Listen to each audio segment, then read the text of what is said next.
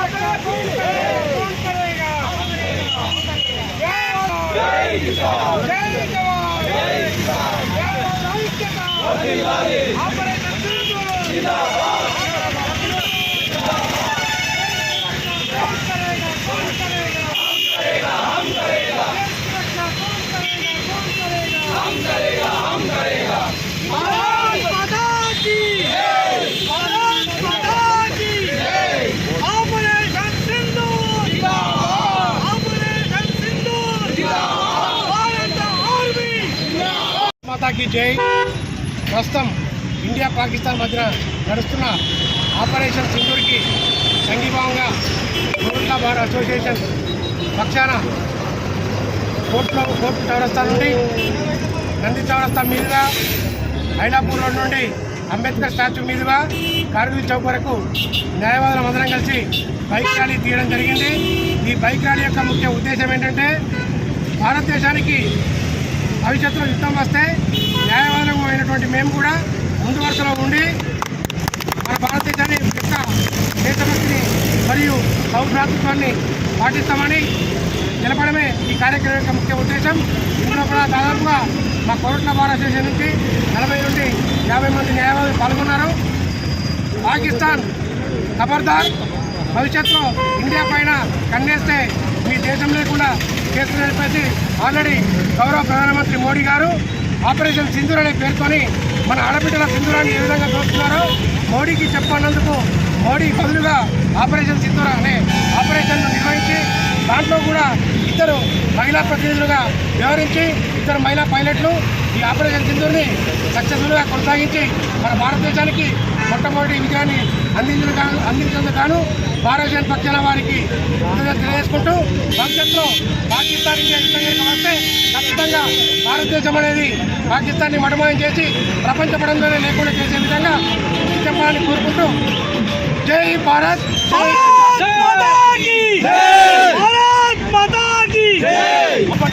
Operation Sindoor దీని దీనికి నాయకత్వం వచ్చిన ముందు భారత నారీమణులకు అభినందనలు తెలియపరుస్తూ భారత సైన్యానికి అభినందనలతో పాటుగా సంఘీభావం తెలియడానికి భారత అసోసియేషన్ ఆఫ్ కోరుట్ల వారి ఆధ్వర్యంలో ఈ బైక్ ర్యాలీ నిర్వహించడం జరిగింది. రానున్న రోజుల్లో భారత సైన్యం చేపట్టే ఏ ఆపరేషన్కైనా కానీ మనందరం కూడా భారత పౌరులందరూ కూడా సంఘీభావం తెలియజేస్తూ కోరుతా ఉన్నాము.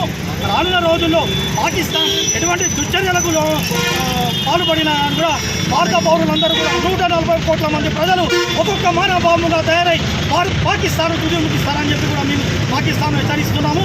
భారత్ మాతా కీ, భారత్ మాతా కీ.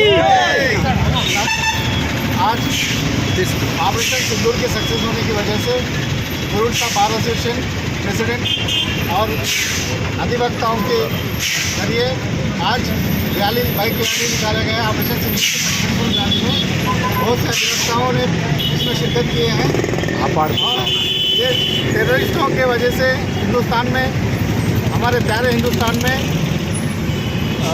पूरा एक गम मचा के रखा है। उसे हमारे इंडियन आर्मी और एयर पायलट्स इसको सक्सेसफुल किया है, उनको मुंह तोड़ जवाब दिया है। इसका मुंह तोड़ जवाब खबरदार पाकिस्तान, अगर हमारे भारत के और आग उठाकर देखेंगे ना, आग छीन लेंगे। कोई भी हमारे भारत के खिलाफ आग उठाकर देखेगा उसकी आग निकाल देंगे। अगर भविष्य में हमारे हिंदुस्तान के खिलाफ कोई भी आग उठाकर देखेगा उसकी आग उठाकर निकालेंगे। और हमारे अगर हिंदुस्तान की सूरत में किसी की युद्ध की जरूरत आएंगी, सबसे पहले हम अधिवक्ताओं यानी वकीलों साथ रहेंगे। भारत माता की, भारत माता की। इंडिया में इंडियन आर्मी के होंगे या किसी की जरूरत पड़ेंगे, हम अधिवक्ताओं यानी वकीलों साथ रहेंगे। हम शुक्र अदा करते हैं बार एसोसिएशन कोरुट्ला और मुझे मौका दिया गया प्रेसिडेंट एंड सेक्रेटरी, इसका शुक्रिया अदा कर रहा हूँ। धन्यवाद। जय जवान जय किसान, భారత్ మాతాకి జై. ఏదైతే ఆపరేషన్ సింధూర్ అనే కార్యక్రమం తీసుకొని చాలా విజయవంతంగా మన ఇండియా ఉగ్రవాదులను మట్టుపెట్టడమే లక్ష్యంగా ఆ దాడులను చేసింది.